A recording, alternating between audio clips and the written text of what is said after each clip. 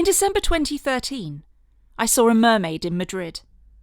She was about 4 foot long from her waving curls to her tail fin, scrawled on a wall in red spray paint. Instead of a mirror, she had a heart in her hand, next to the feminist symbol of a circle and cross. Beneath her was the slogan, "Abajo el patriarcado," down with patriarchy. Alongside, another message read, "No dejes a tu vida sea escenario." Don't give up on your life, take centre stage. To a writer just embarked on a history of mermaids, this was a gift. Evidence that my subject was alive and well, and had become an urban warrior. Other recent examples I've been considering were very different.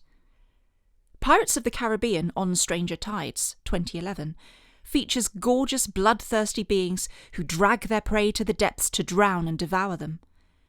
Then there's the Little Mermaid, who barters her sweet voice in exchange for a fully human form in order to be with her prince. Whether in Disney's animated adaptation of 1989, as the iconic Copenhagen statue, or in Hans Andersen's 1836 fairy tale, she's no man-eater, but all too vulnerable. My Spanish siren was yet another kettle of fish, neither vamp nor victim, but a self-aware female, angry and confident. Apart from their tales, these marine sisters are as unalike as the daughters of King Lear. How are they related? What separates them, and what unites them? The enduring popularity of mermaids as a cultural phenomenon means that their story spans eras, continents, and art forms. The earliest surviving images date from over 3,000 years ago. Since then, mermaids have been carved in temples and churches, decorated fountains and palaces, and been used as inn signs, figureheads, and tattoos. Sightings of fishy humanoids were reported by the first sailors in the Mediterranean, and by pioneers to the New World, and are still rumoured around busy modern coasts.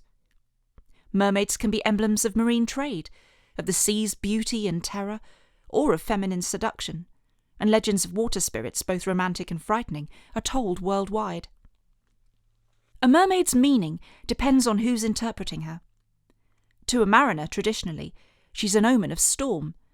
Poets have employed her as a symbol of fickle womanhood, her sinuous tail meaning she's slippery by nature.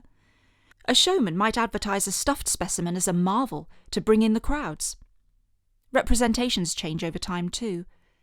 Whereas in antiquity, a hybrid womanfish was an image of a goddess, or at least an attendant on the deities of the sea, later iconography made her signify sin and temptation, a metaphor reworked by pre-Raphaelite artists, to whom a siren was a sexy model.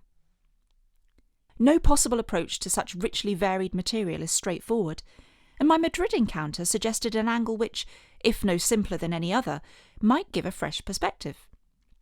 So direct was that siren's appeal, her assertion of immediate presence and personality, it seemed to demand that I should take my starting point from her, the most up-to-date mermaid I'd met, and trace the evolution of the species backwards, as you might investigate someone's family tree. Like all families, it's complicated, with great-grandparents on one side turning out to be cousins of a separate branch. The chronology isn't clear-cut, and sometimes a thematic explanation is easier to follow than a timeline. But as a rough guide, the opening chapters explore the present and recent past, with several sections focusing on the 19th century, the heyday of mermaids in folklore, art and entertainment. From there, the story goes back to the Renaissance and Middle Ages, and finally arrives at the ancient world.